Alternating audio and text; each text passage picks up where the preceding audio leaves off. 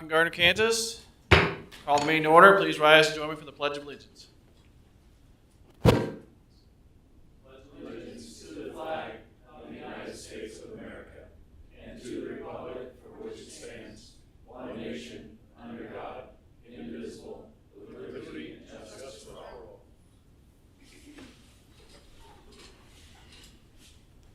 Good evening. Make sure I get this right here. All right.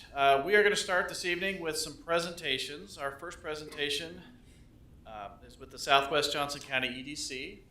Welcome Greg Martinet. Thank you, Mr. Mayor. I'm sorry that I wasn't here at the last meeting, but I heard there was a bigger crowd, so I wish I could have been here. Right, Mayor? Yes. I wanted to start off with a little bit of a background on how the EDC was formed. We're about 30 years old now, and it was born out of the Johnson County Airport Commission and the city of Gardner. And a couple of years later, the city of Edgerton joined in, and I came in about 8.5 years ago now. And at that time, the city of Gardner was at about a $20,000 investment level. The airport was approximately 80, and since then the airport's gone up to 97 plus in-kind contributions, and Gardner's gone up astronomically. And it really, our relationship evolved while Mayor Shute was at the helm, and has continued through Todd and Mayor Todd. And one of the things you can see in our new retail brochure is some of the retailers and companies that have come over that time frame, and you can really see it's been most of those over the last 5 years or so. So good things have happened. I think since your investment went up substantially, we see a lot of new businesses down the strip and to the south. I remember Mayor Shute telling a busload of brokers on a tour one time that in a year or two you're not going to recognize this, and it came true, didn't it? In about a year down on the south side with the Quick Trip and all, and the Olathe Health. This brochure we just got done. This is what I'll use at the International Council of Shopping Centers show here coming up at the end of May, and then it'll be on our website, and we'll send this out electronically throughout the year. And usually I'll customize it as we get requests from whether it's brokers or franchisees or corporate real estate folks. They'll have specific questions they want to know, and we'll also send it out with the specific brochure from Grata or from the old Price Chopper building. So, but it's just a tool to kind of get the door open and get information out there.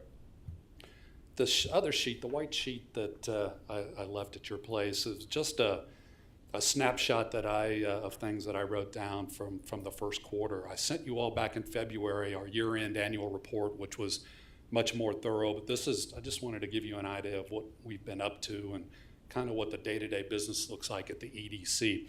We continue with our website overhaul. This is a big project, for about a $40,000 project. It was the first thing I did when I got here 8.5 years ago. It was in really bad shape.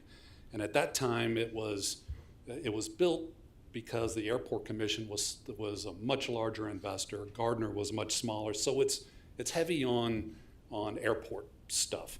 And we've tried to kind of correct that a little bit over the years, but it really needed to be redone. And we're doing that now. We didn't have $40,000 in the bank to do that, so we got a grant from Evergy for part of it, and then we're just trying to pay for it as we go. So it's taken a little bit longer, but it's going to be one of the best community economic development websites that you'll see. Two of the cool things are it'll have a portal just for retail and a portal just for aviation, where you can go in there and watch a webinar, and the person that goes on will have to leave their information, watch the webinar, and then we've got control of that information. Then they can ask for more, and it'll send them to other places on the website.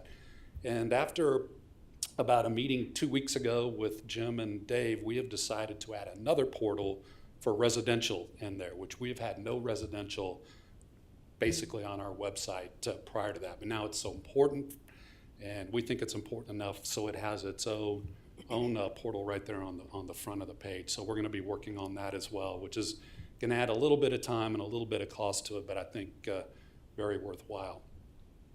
And as you all know, the marketing of the Coleman building coming available was a big shock to all of us, especially if they had recently renewed their lease.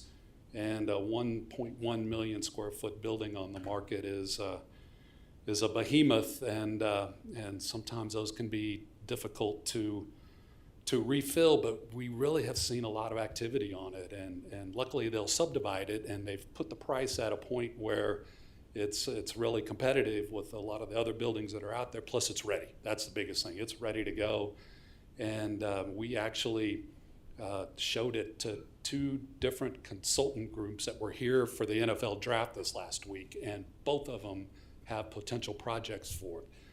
One is a data center, and one is a very large manufacturer, which we've been working on. Can we get the amount of power to the building that we need to be able to do a data center, or just a very large manufacturer? And I don't know what they make, but it's a very power-hungry business, and we can do it. It's not easy, it's not cheap, but building a new building is not cheap either, and there are no buildings out there that fit their needs. So we're in on these deals, and so that's exciting. But in the meantime, I've been marketing that building to everybody that I can. We've got a great brochure on it.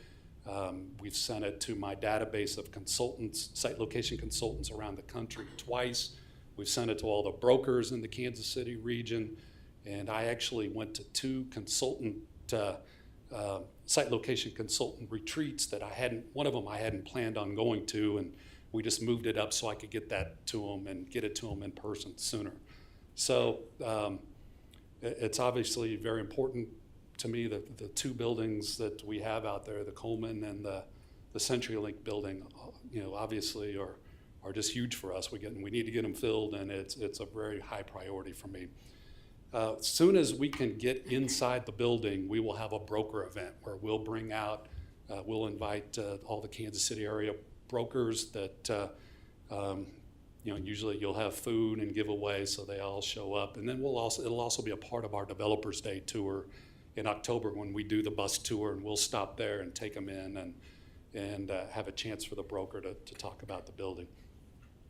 And again, just to talk a little bit more about the draft this weekend, we all know it was a big, fun event and everybody enjoyed it, but there was also work going on there. The Kansas City Area Development Council hosted a number of consultants and corporate folks in town just to see, number one, get them through the new airport, and then see what's going on with Kansas City and do tours. So while people were down watching the draft, we were doing tours.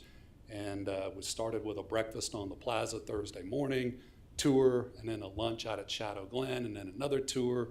Then we did draft parties that evening, then we did it all over again on Friday. We did not make it to the Kelsey Jam, though, although I think a few of them did do that.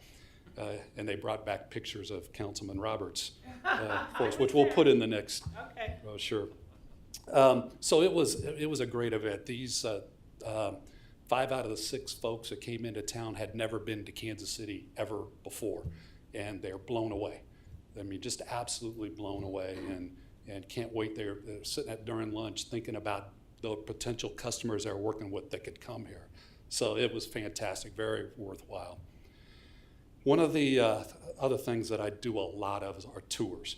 And what I've found over the last 5-6 years is just getting people down here has a huge effect on what they think of their perception of this area.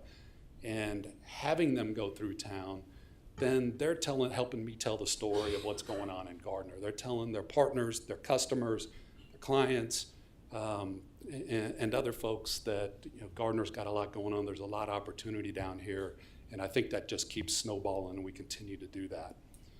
A couple of I just wanted to mention in here 3 of the companies that retailers that came in: Panda Express, Gardner Liquor, and Ashen Anvil. Sometimes we think that EDC just works on the big, huge projects, but these 3 all called me during their process with issues they were having, or things they needed help with, or vendors that they needed. And one of the stories that I've told is Ashen Anvil called me one time, or I was doing a tour and dropped in for people to see it, and he said, we're having a hard time getting concrete. And we just have this little area where it's not very much, and the concrete companies just won't deal with us because we're too small. And so I said, well, when do you need it? He goes, well, and then we gotta wait till the weather's just right and my guy can be here to lay it out. So one beautiful afternoon, a Friday afternoon, they called me, and I was out of town. It was like 2 o'clock in the afternoon. I called my board member at Penny's Concrete, who happened to be at his mother-in-law's funeral, and I told him what the need was, and he said, let me call you right back.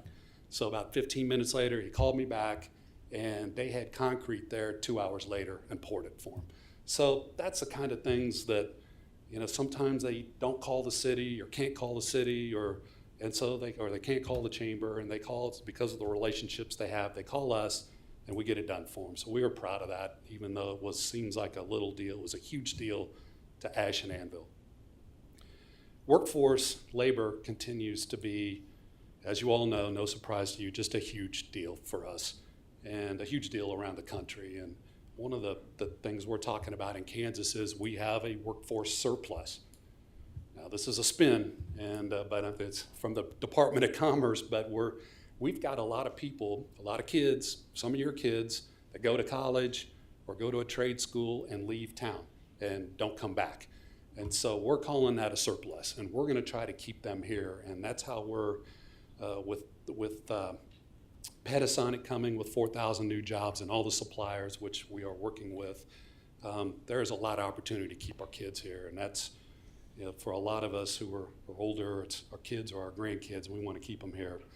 And we have a workforce solutions roundtable group that's been meeting for about 4 years. And we met March 1st. The Excelligence HR person is a part of that group. The city of Gardner is invited. And then mostly it's HR and plant managers from the companies out at New Century. Just for your information, the Amazon plant out at New Century is adding 600 new jobs at this very moment. And Upfield, which makes all the country crock, is plus 4 or 5 other brands of spreads, is going to round-the-clock shifts and adding 80 more people.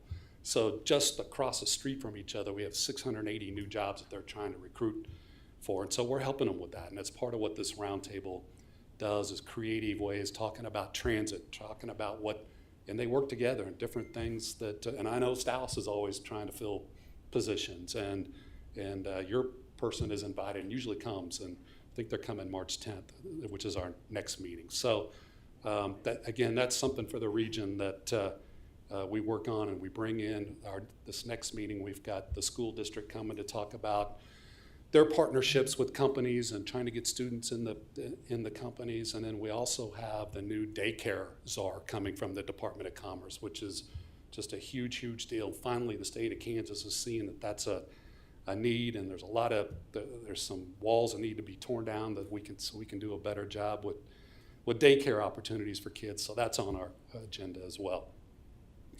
Then I wanted to talk about grad development. It's been a bit of a challenge for us. We're going to continue to work hard on that at ICSE here coming up in May, and I'll be working with their broker, Carrie Taylor, on making calls while we're out there with hotel developers and retailers. And we had hotels that were very interested before COVID hit, and they came back very interested about a year ago.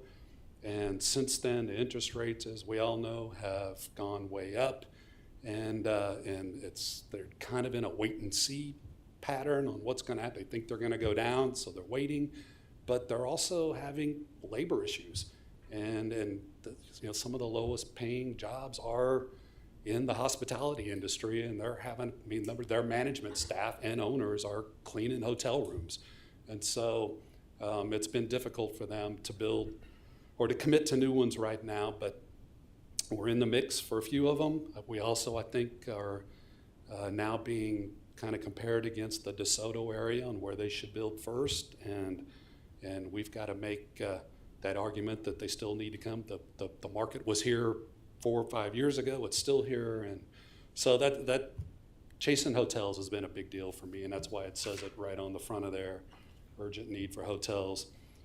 We're working with Travis as well on, in our view, there was a fundamental mistake on how that was laid out, and it should have been a planned development. And it's really hard I know Dave and Jim and you all gave him that opportunity and he chose not to go that route, but it's really hard for a coffee shop or just a general store to picture themselves in the middle of a big field. They want to see a development. They want to go who their neighbors are going to be. And when you take in a whole layout of here's a development, here's an anchor, it's much easier to land those deals. And so it's just, Travis, I think, has figured that out. And we're working with him to find an actual experienced, successful development company. And we're working with Phil Bundy Development. We're working with Lane 4. We're working with Block. We're just trying to get them. And some of those meetings are going to take place out at Las Vegas. But luckily, he's seen the light, and I think he knows that we need to go that direction. And it's getting one of those on board to help us with that. The next item there is the International Council of Shopping Centers. It's hugely important to the marketing of Gardner. The Midwest region was in St. Louis back in February that I attended. Kansas City has a big pre-event group with several hundred people that was held in March.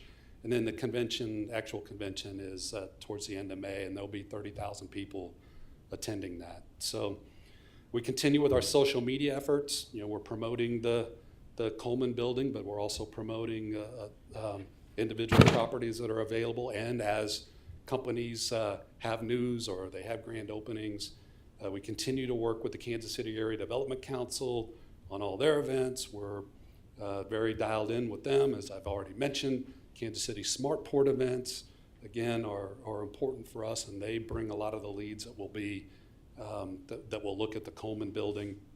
And then one last thing that I wanted to mention, the investment in the EDC is kind of divided into thirds. The Airport Commission, did I say the investment in the Economic Development Council is divided into thirds. The Airport Commission, approximately $100,000. The Gardner, approximately $100,000, a little bit over that now. And then private investors, the banks, the general contractors, are between $150,000 and $170,000. And we've got about 55 to 57 investors, and they stay steady. We rarely lose them. And usually if we do, it's because somebody left, and we usually get somebody back in to replace them. But what that means is we're taking that $113,000 investment from Gardner and basically tripling it with the Airport Commission money and the private investors. So we have that whole pot of money to be able to do new websites and all this marketing that I've taught, brochures like this. And it's a big, big benefit to a smaller community like Gardner. And I'll stop there and answer any questions that the mayor has. He said he had a lot. Yeah. And at any time, I'm always available. Any of you want to go on a tour, talk, sit down and have lunch, I'm always available to do that anytime, and I'm glad to do it. Yeah, absolutely. Council, you have questions?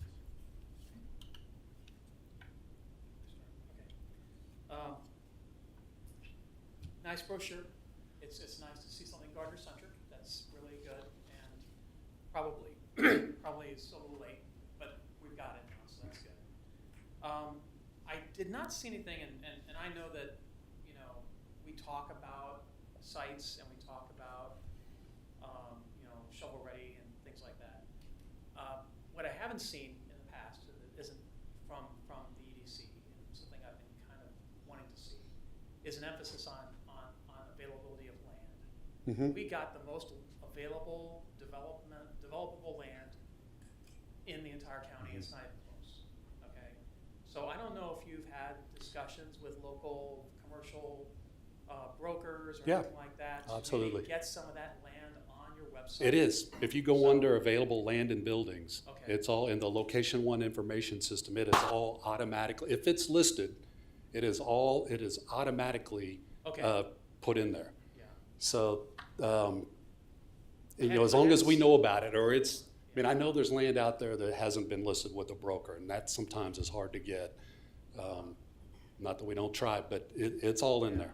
Because I think that's the biggest asset we've got, is a differentiator for us as a community. And what we're trying to do more of with our social media is put those individual sites out there on our Facebook pages. And then as with this retail portal, there'll be part of the video of that is there'll be individual pictures in the video of available properties so they can see that.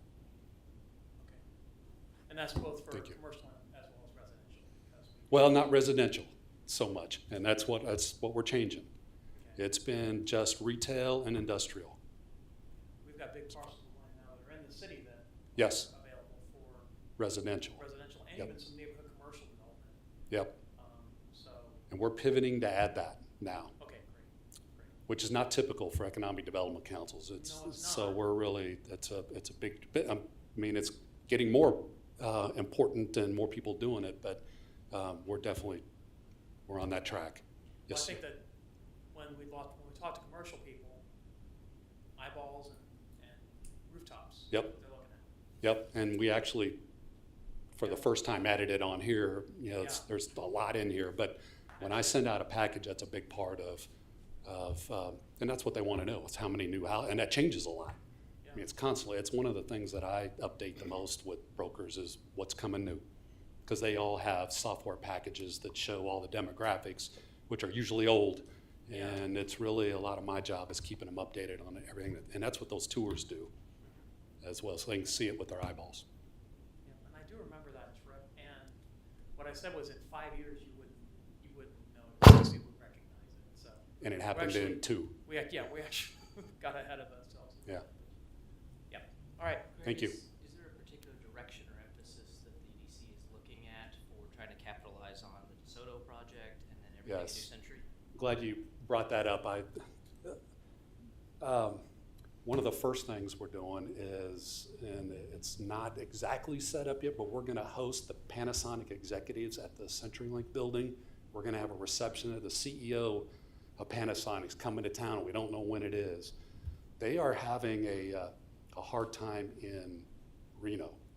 And that's where their new American headquarters is, where they built the big plant, and it hasn't gone well. And they're learning from a lot of their mistakes not to do that here. And so they're, I hate to use the word upset, but they don't like it.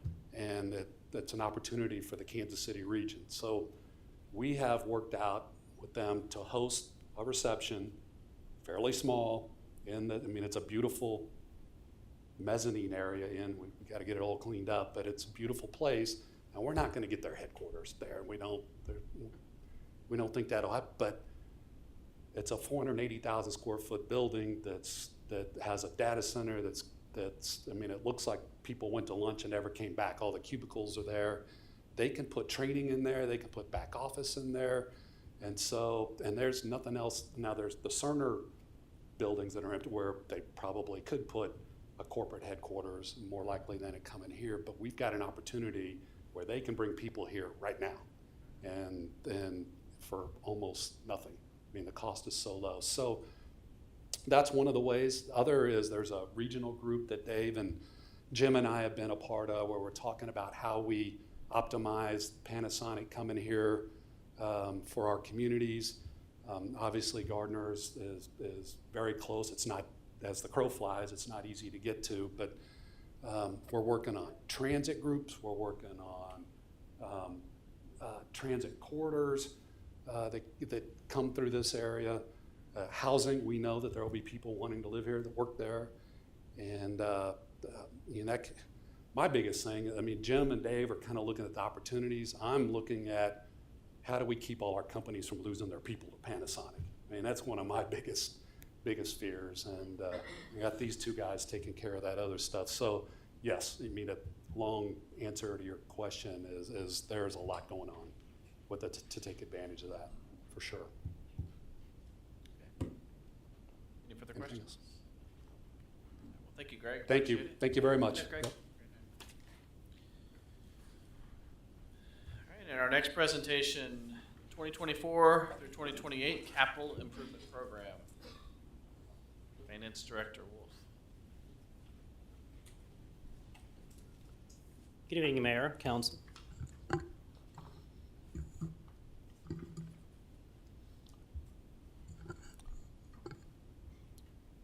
This slide kind of summarizes the 2024-2028 CIP program.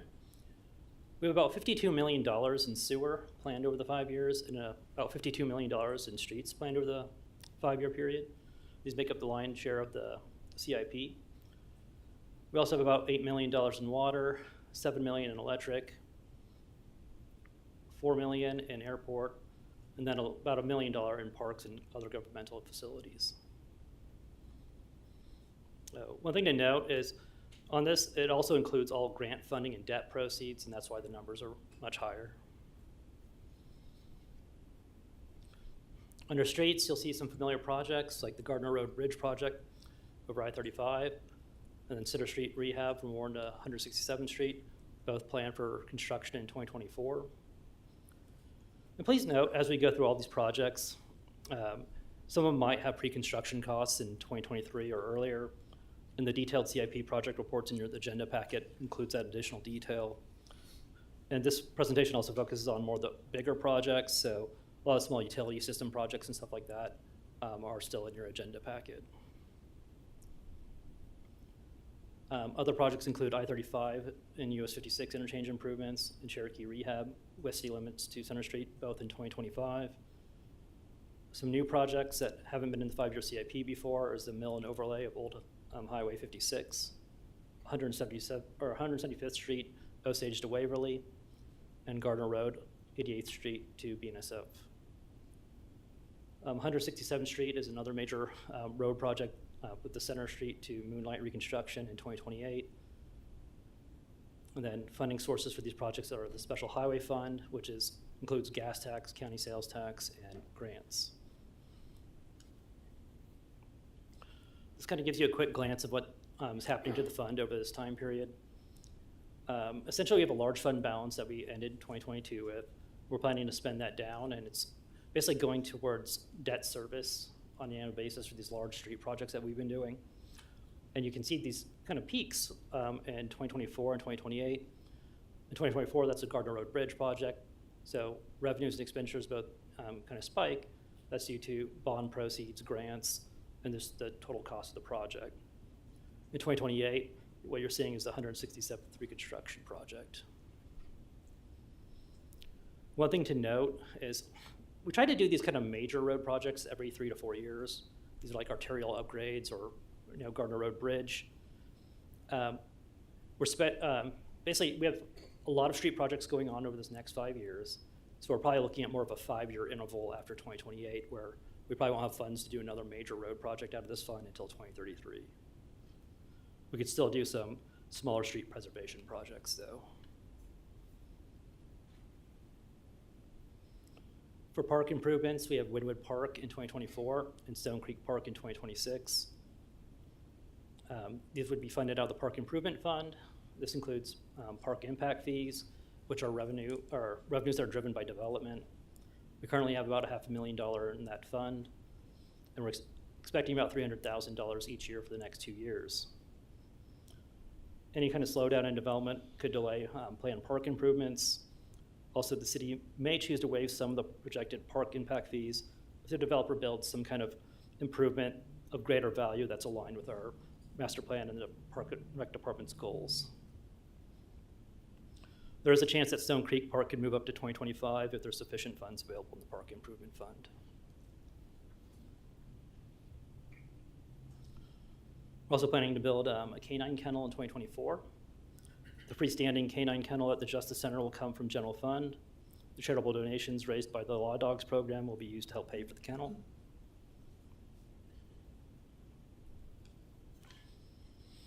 For the airport, we're planning to construct a turf taxiway and acquire Tract E, both in 2024. We have an exciting project in 2025, which is starting construction on a new terminal building. And then we have reconstruction of West Apron and reconstruction of East Apron in the out years. The funding for these projects include hangar rate, fuel cells, and then also grants. And these projects are dependent on grant funding. This kind of shows what's going on in the airport fund. The important takeaway is basically that fund balance, that green line. You can say it stays pretty steady, around $400,000 throughout the entire 5-year period. And that spike that you see in 2025 is related to the terminal building and the associated grants. And while I say it looks healthy right now, please note that enterprise funds are expected to pay a general fund cost allocation, which compensates the general fund for any administrative and operational support basically the airport receives from other departments. The airport historically has not been able to pay this cost allocation and is therefore subsidized by the general fund.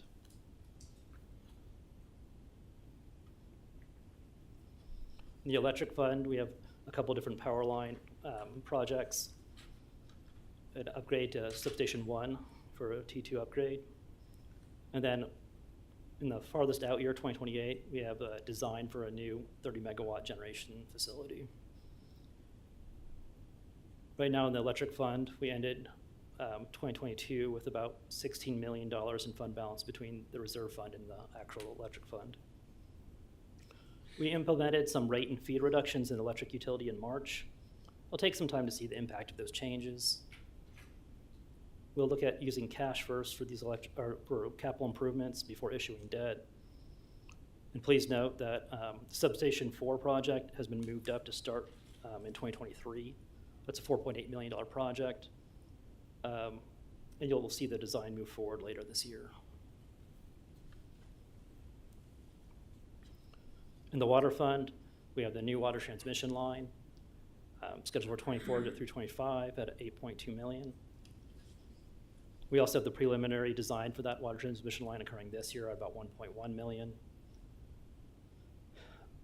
The funding for these water projects are going to come from the water fund with basically charges for services, system development fees, and then we currently have an approved rate structure of increases of 3.7% each year through 2029. That's to support these projects, but also the Hillsdale water treatment plant expansion that we completed a few years ago.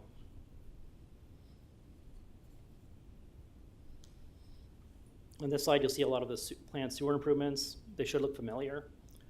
They were identified in the GBA study last year, and most were included in the previous CIP. However, you may notice that some of these projects have moved up in the timeline. During the last budget cycle, we had planned to expand the Kill Creek Resource Recovery Facility in 2026. We were starting to, or basically after that happened, we noticed that we hit 90% capacity in wastewater treatment, and that meeting this threshold is an indicator that we need to expand the plant as soon as possible. As you can imagine, moving up approximately $40 million in capital projects, even a couple of years, will have a noticeable impact on our wastewater utility and rate structure. We're currently evaluating different approaches for financing these improvements in order to reduce the impact on our utility customers. We'll bring back recommendation to City Council to consider at the budget policy discussion in June.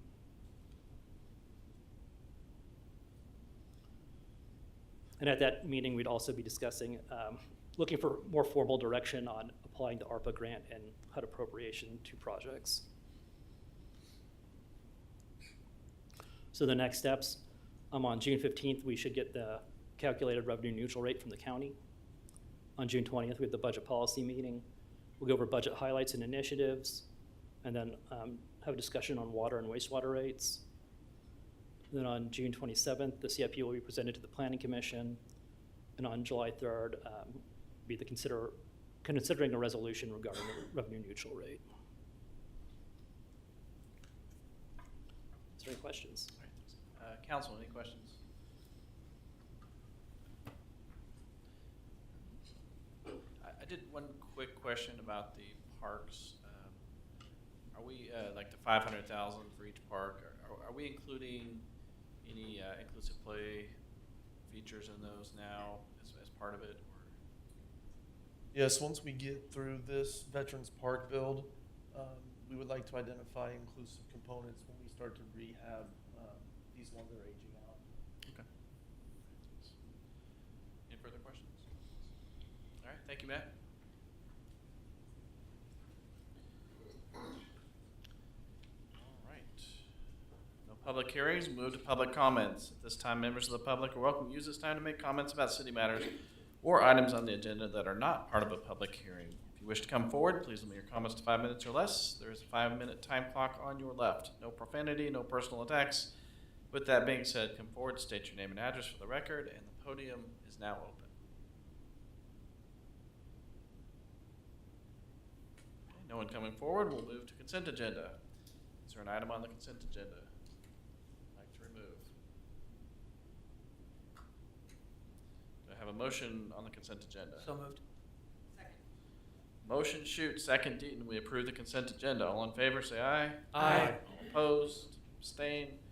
Consent agenda passes. Nothing on planning and zoning consent. Move to committee recommendations. Committee recommendation number 1. Consider adopting an ordinance approving a rezoning from R1 single family to RP2 two family and RP4 mixed density neighborhood for potential residential development at 183rd and Poplar. Good evening, Mayor, members of the council. Dave Noppa, Community Development Director.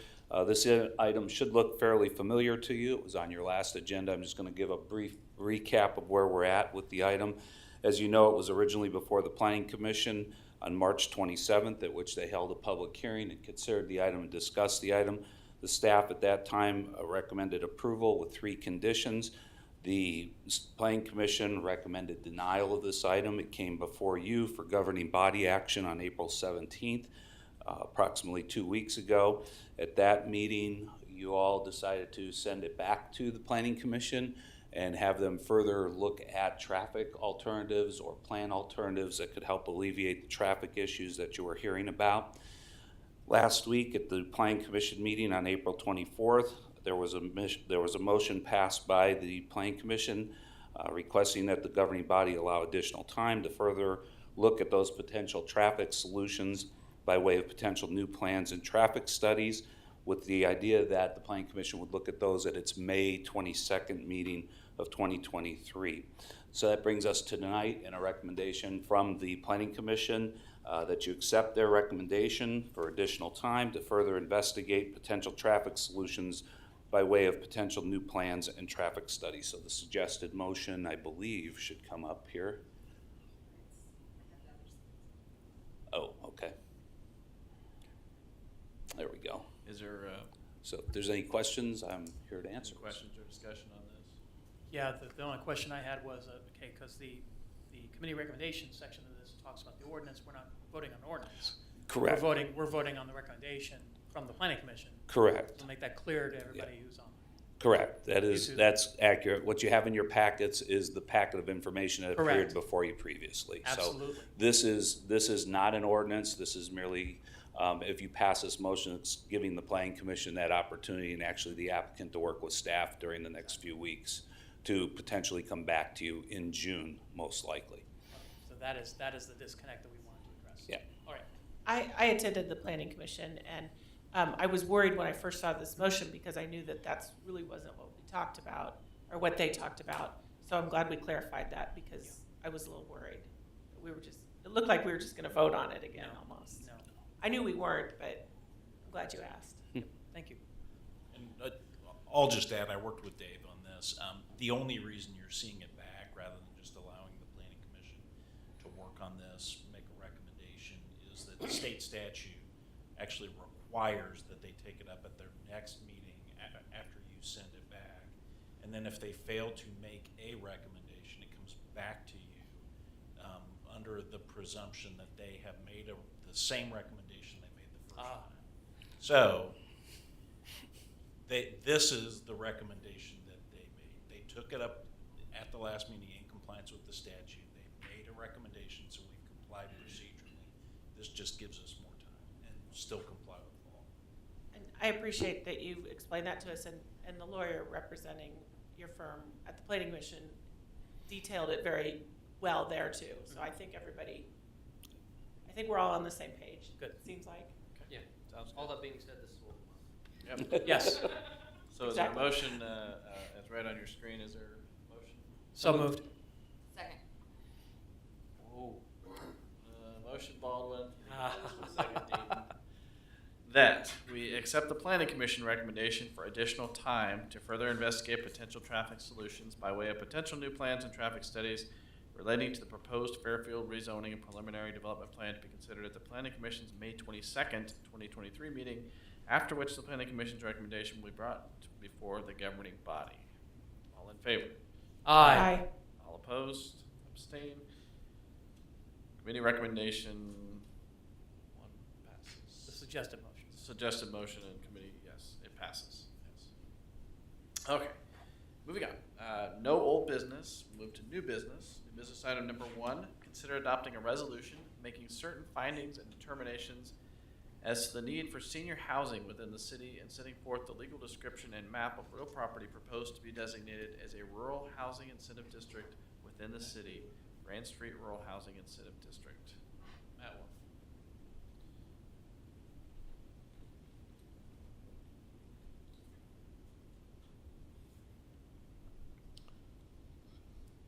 Grant Street Development LLC has requested the use of a reinvestment housing incentive district for senior living components of their development project. As required by Kansas statute, a housing needs analysis was completed to determine housing needs within the community. The Grant Street analysis uses the data contained in the Johnson County 2021 Housing Study and Toolkit to support the 4 findings and determinations contained in KSA 12-5244A with respect to the need of incentives for quality senior housing within the city. The proposed Grant Street development project addresses this need by providing 76 single-family estates, 87 senior villas, 110 senior townhomes, 132 senior independent living apartments, and 90 assisted living apartments. The proposed resolution establishes the Grant Street Reinvestment Housing Incentive District. The district will collect incremental property taxes generated by the new development to be used for the reimbursement of eligible project costs associated with the senior living components of the project. The city anticipates reimbursing the developer's eligible expense for the RHID of up to about $6.6 million plus interest, subject to a maximum term of 16 years. The development agreement will be negotiated between the city and the developer, outlining the terms and conditions of this reimbursement. The agreement will be brought before the council for approval at a subsequent council meeting, but before the RHID is put into place. The staff's recommendation that you adopt the resolution. Thank you, Matt. And I believe we have Tyler here as well.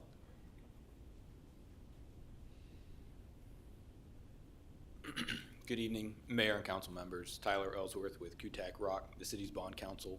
I have just a couple items to add to what Mr. Wolf just provided you. One is to note that your action this evening is not binding on the city. In other words, you adopt this resolution tonight. You make these 4 findings that there is a need for additional quality senior housing in the city.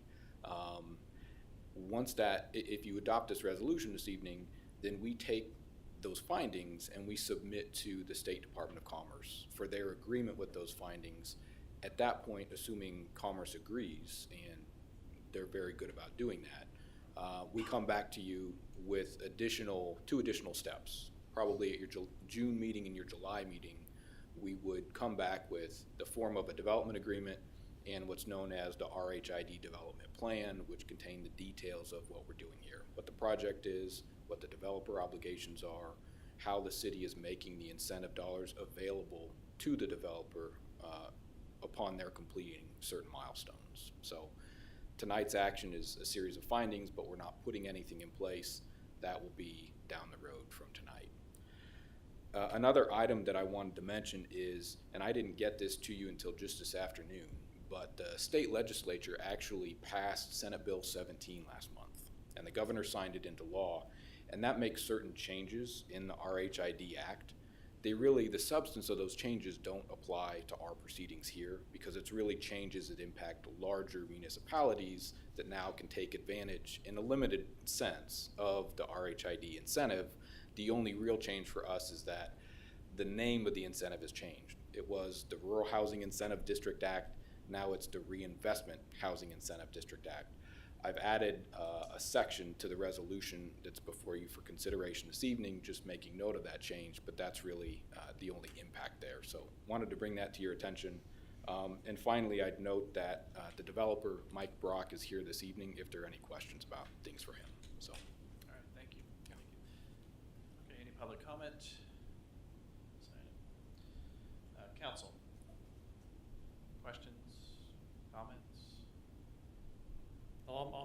comment. The comment being that the need for senior housing is about as close to a slam dunk in this community as you can possibly get. And so let's just get it done so that they can start their process of getting those credits and getting the district defined. So I agree. I don't have anything. I mean, it does seem like a slam dunk. yeah, I mean, given the fact that the senior housing that's coming on the market is gone like that, and actually before it even comes on the market, it's getting snapped up. So yeah. Then do I have a motion? So moved.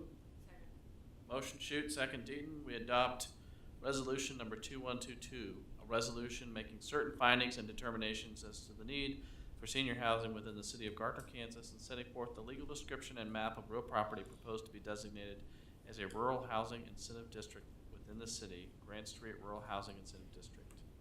City Clerk? Councilmember Baldwin, Yes. Councilmember Ween, Yes. Councilmember Deaton, Yes. Councilmember Roberts, Yes. Councilmember Shute, Yes. Resolution 2122 passes. Thank you, Tyler. New business number 2, consider adopting a resolution creating an improvement district for construction of certain improvements to Madison Street, Hilltop Ridge.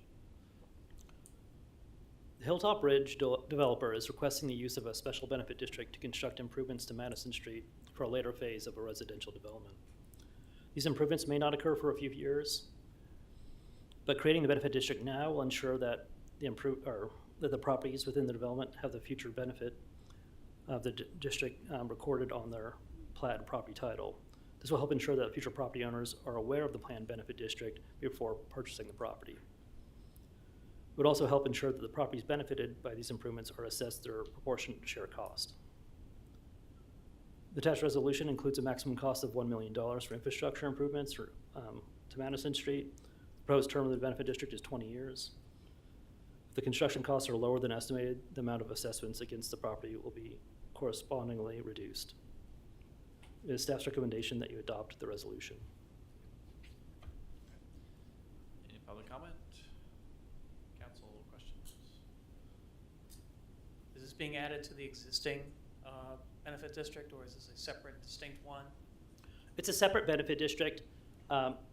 These specials will be applied to the entire development, though. Mm-hmm. So there's no overlay. Yes. And from the standpoint of letter of credit and those kind of things, we have that. We still have the letter of credit, on hand. Correct. Okay. Thank you. Well, looks like no questions. Is there a motion? Second. Motion Deaton, second Baldwin. We adopt resolution number 2123, a resolution determining the advisability of certain improvements in the city of Gardner, Kansas, and authorizing and providing for the making of such improvements in accordance with the findings of the governing body in KSA 12-6A01 and second wheel. Hilltop Ridge, Madison Street Special Benefit District. Councilmember Ween, Yes. Councilmember Deaton, Yes. Councilmember Roberts, Yes. Councilmember Shute, Yes. Councilmember Baldwin, Yes. Resolution number 2123 passes. All right, that is all business for this evening. So we will move to council updates. Why don't we start with Gons Garcia with utilities. Nothing tonight. Jason Bruce, Parks. Nothing tonight. Dave Nopik. 3 for 3, nothing tonight. All right. Kellen. Nothing tonight. All right. Evening, Chief. Good evening. We have taken possession of the new police car, which is white, and it has blue graphics. It won't be out on the streets for a few weeks because we're waiting for the equipment on the inside. And it is white because of a supply chain issue, but it looks very sharp. Okay. So I'm excited for everyone to see it, but I want everyone to know it is white. Okay. Interesting. Yeah. Okay. Thank you. Sharon Rose. nothing for me tonight, thank you. Matt, Finance. Nothing more tonight. City Attorney. I didn't know whether I still got called on down here, but nothing, nothing tonight. City Administrator, Jim. Well, the extra space, but nothing tonight. Wow.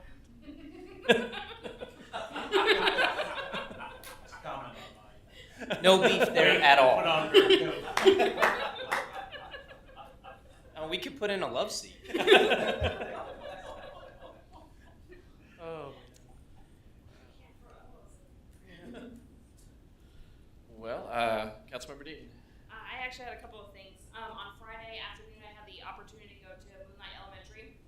They had done some inclusive activities throughout the month, and that included a penny war that they had between the classrooms, and they chose to donate that money to Gardner Gold. So I accepted a check for Gardner Gold along with a member of the Parks and Rec Department. Just under $875 donated to Gardner Gold from Moonlight Elementary. So it's fantastic, and thank all the students and parents and staff of that school. And then a couple of thank yous. Parks and Rec. I saw a post on Facebook about the graffiti at Wynwood Park. I live 4 houses down from there, so I took my dog and took her for a walk. Unfortunately, the park, you guys had cleaned it up, and because the graffiti didn't match, and it was all spray painted again. It's been cleaned up again. You guys are, unfortunately having to stay on top of it, but I really do appreciate you guys staying on top of it. And the police department, you guys were able to catch a couple vandals in the act of spray painting down at Wynwood Park, and I really appreciate the quick response from your department as well. So hopefully that will deter some more kids, and we won't have to clean as much down there. That was it. All right, thank you. Councilmember Ween. I'd like to thank Parks and Rec for the opportunity. We were out Saturday morning the other day to clean up the green space, which would have liked to have seen more people out there, but I know it was cold. I got into the creek and just enjoyed picking up trash. Would have loved to have picked up more, but it was cold. So, love the opportunity. Thank you so much. Great event. All right, Councilmember Roberts. I don't really have anything specific to Gardner, but it was awesome that the Moonlight intersection opened early. Yes. I mean, it was like, It's yay! huge. It was like very nice. So I know we didn't totally play a part in it, but it was still very awesome, and it made Take credit. It made a lot of people. It made a lot of people very happy. So, Yeah. that's it. Council Vice President, shoot. Yeah, I kind of want to echo what Tori said on the improvements. It looks like they're moving pretty fast out there. We've got a really good window of time here, next couple of weeks, to get some real headway on those improvements to the westbound lanes of 56. So let's get it going. Let's get going. Let's get this done. I am very, very excited to get a new, like a whole road for the first time in a couple of years. So I appreciate that. That's all I had. Council President. Nothing tonight. I don't think I have anything either. So, motion to adjourn. So moved. Second. Motion Deaton, second shoot. We adjourn. All in favor? Aye. All opposed?